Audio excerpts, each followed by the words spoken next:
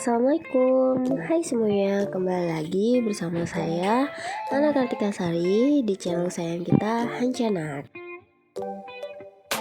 Nah teman-teman, pada kesempatan kali ini Hana akan membagi sedikit informasi mengenai penggunaan bahasa dari cerpen yang berjudul Juru Masak. Ya, kalau teman-teman sudah nggak asing dari cerpen ini, Ya, cerpen Juru Masak ini berceritakan tentang seorang juru masak bernama Makaji yang memiliki seorang putra bernama Azrial, dan beliau ini karakternya memiliki sifat yang baik ya, tidak sombong dan suka membantu. Padahal kalau dipikir-pikir dia ini merupakan seorang juru masak nomor 1 di Lereh Panjang ya. Seperti yang disebutkan karakter dia yang suka menolong, dia memang suka membantu siapapun yang sedang menyelenggarakan acara kecil maupun acara besar. Ya, di dalam cerpen yang disebutkan acaranya itu seperti kenduri, seperti itu. Dia nggak peduli apa status dia dan kedudukan dia, seperti itu. Jadi dia tetap ingin bantu. Nah, kemudian di cerpen yang berjudul Juru Masak ini ada juga tokoh yang memiliki karakter sombong yang bernama Mangkudun. Nah, Mangkudun ini sendiri memiliki anak bernama Renggogeni perempuan anaknya, yang awalnya tadi nih berpacaran dengan Azrial, yaitu putra dari Makaji.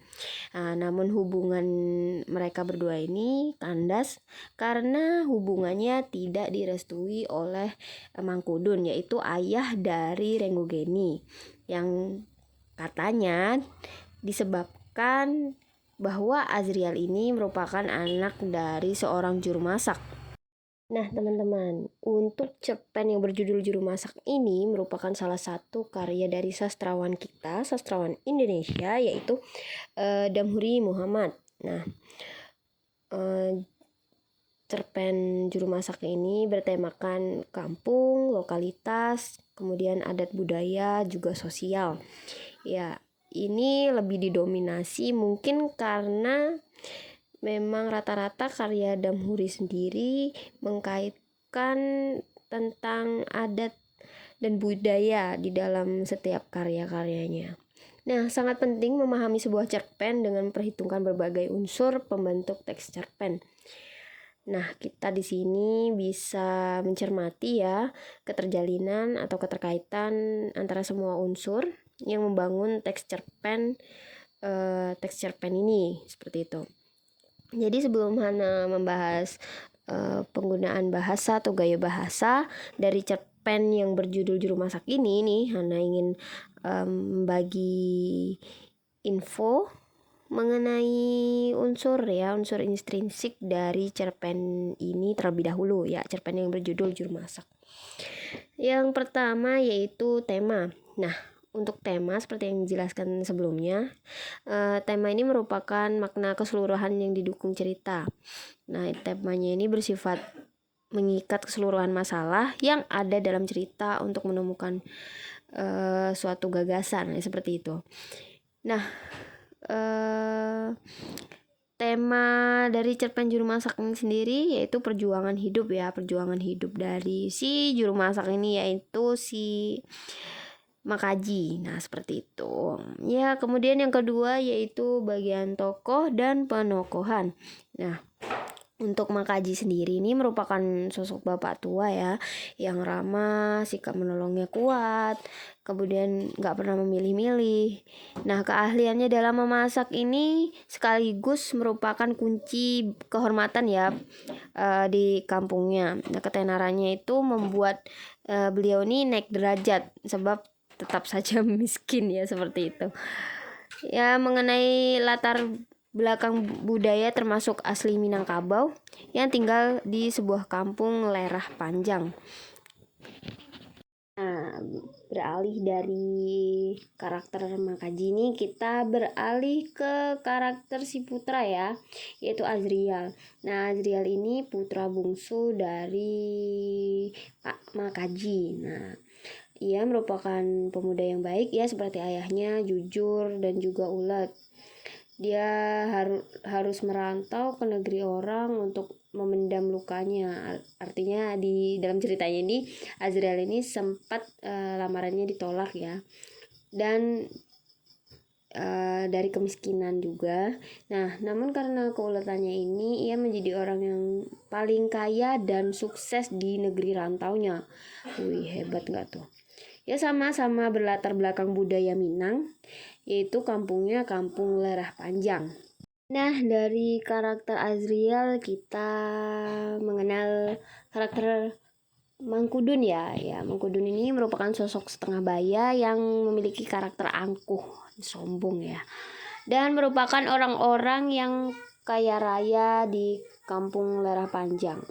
Nah, ini hampir semua tanah Kampung Lerah Panjang ini miliknya. Nah, seperti itu, saking kayanya gitu.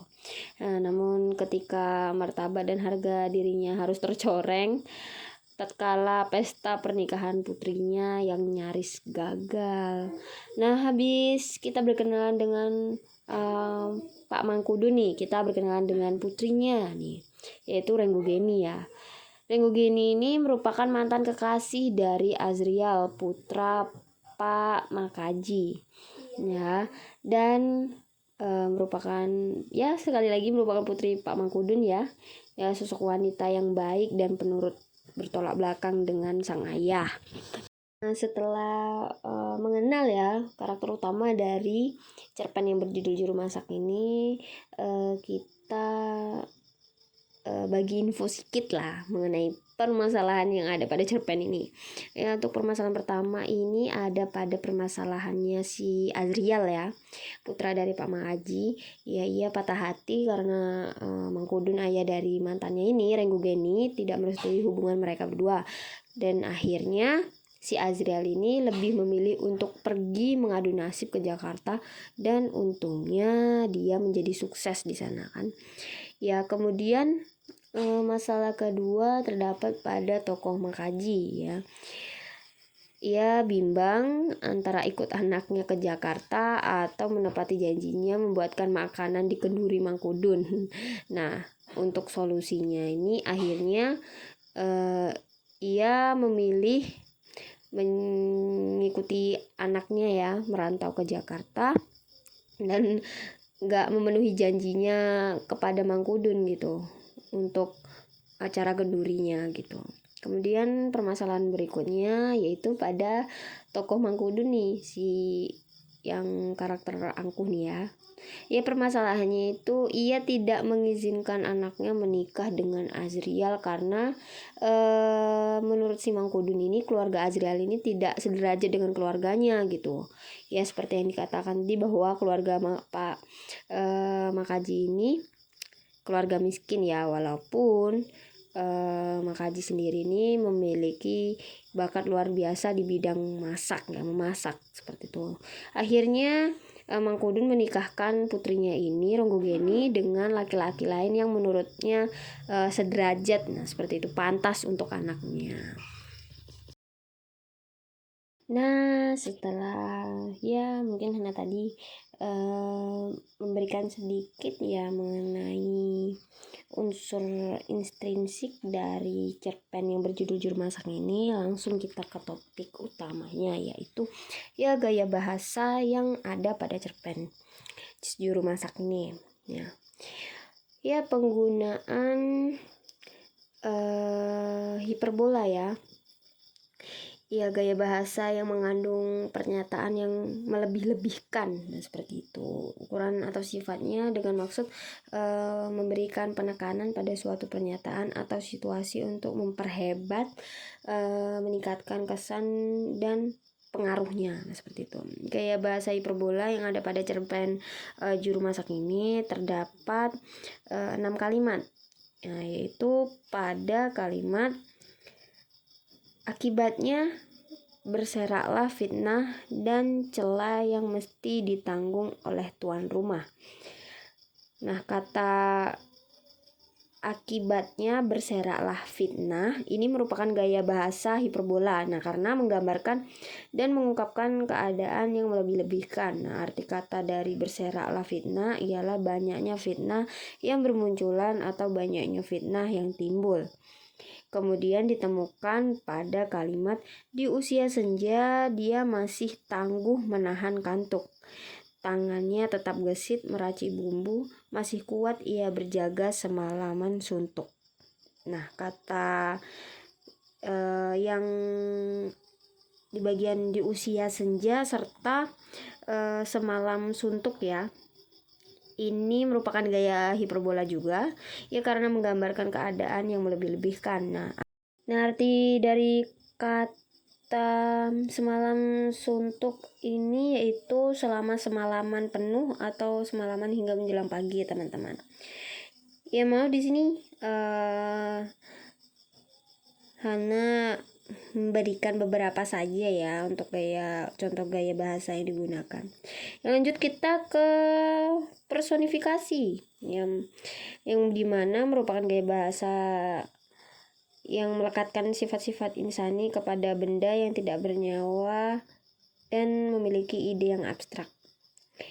Nah, bahasa personifikasi yang ada pada cerpen Juru Masak ini yaitu yang pertama ditemukan pada kalimat nasi banyak gulai melimpah, helat tak bikin kenyang.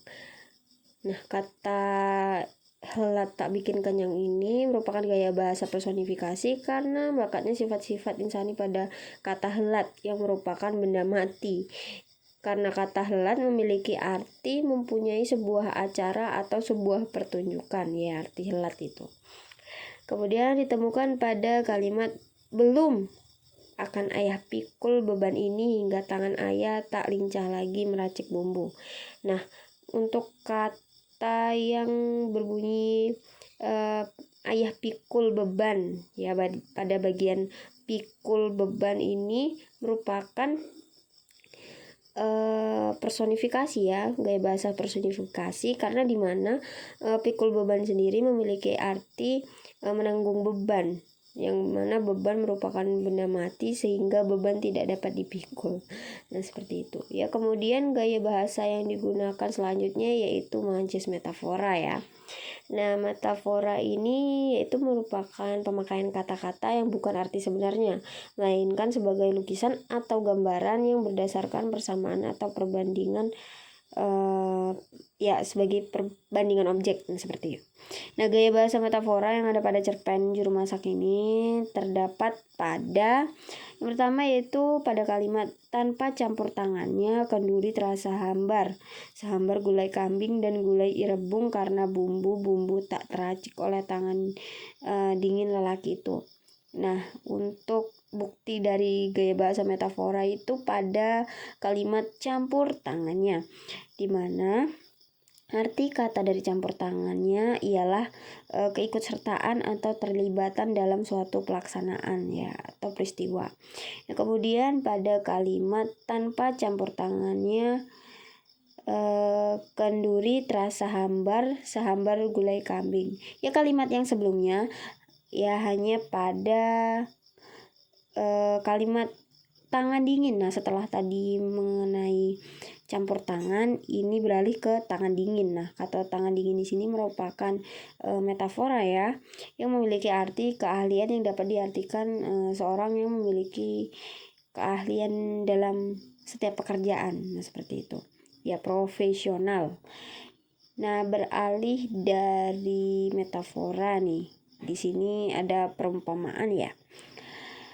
Ya, perumpamaan di sini yaitu merupakan perbandingan dua hal yang pada hakikatnya berlainan dan yang sengaja dianggap sama. Seperti itu gaya bahasa perumpamaan pada cerpen Juru Masak ini terdapat pada kalimat ibarat emas dan loyang perbedaan mereka. Nah, kata berikut itu merupakan gaya bahasa perumpamaan karena membandingkan dua hal yang berlainan atau bertentangan yang tentunya kita anggap sama. Nah, seperti itu.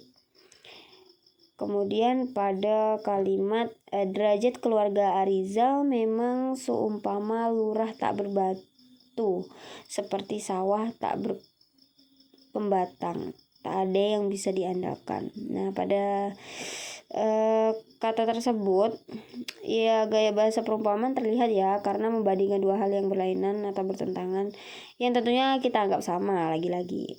Ya, kemudian setelah perumpamaan perbandingan ini ada pada gaya bahasa sarkasme juga. Nah, sarkasme ini merupakan jenis gaya bahasa yang mengandung olok-olok atau sindiran, ya pastinya menyakiti hati. Seperti itu ditemukan pada kalimat bahkan kalau ia jadi kepala desa pun tak sudi saya mempunyai menantu anak juru masak. Nah, sudah terlihat kan teman-teman bagaimana itu mengolok-oloknya. Ya, kemudian dari sarkasme beralih ke ironi. Nah, ironi sendiri ini merupakan majas yang menyatakan makna yang bertentangan dengan maksud mengolok-olok. Gaya bahasa ironi ini dapat kita temui pada cerpen juru masak, ya tepatnya pada kalimat kuah gulai rebungnya seperti kuah toge, kembang perut kami dibuatnya. Nah, kalimat tersebut itu merupakan gaya bahasa ironi karena menyatakan makna yang bertentangan dengan maksud mengolok-olok. Nah, seperti itu. Terima kasih buat teman-teman semua yang udah stay dengan hanya mendengarkan tanpa harus melihat video kali ini ya. Baik, bye-bye semuanya. See you next time.